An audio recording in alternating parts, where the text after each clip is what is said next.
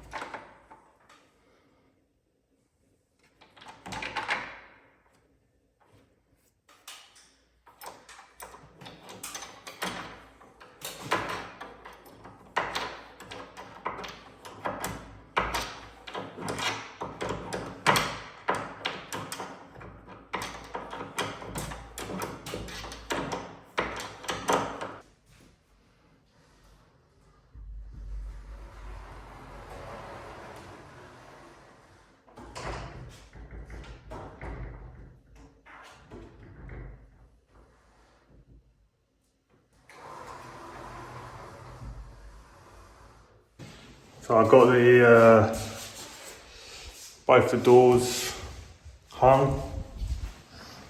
This bedroom door slides. Lovely.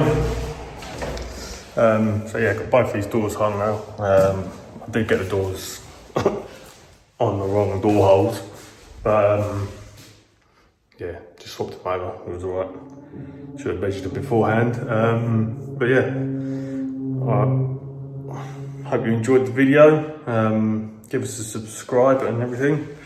I'm gonna go tidy up now. I don't think you guys want to see me move mess from upstairs to downstairs. So, see you in the next video. Bye.